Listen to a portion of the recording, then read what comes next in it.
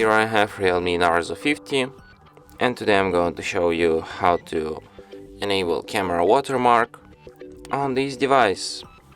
So firstly you have to open camera, then tap here, go to its settings, then go to the watermark, and here you can enable it just like this.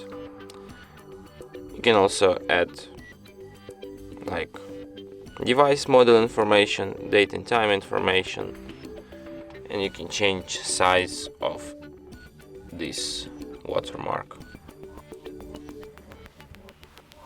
So yeah, and that's it. Thanks for watching.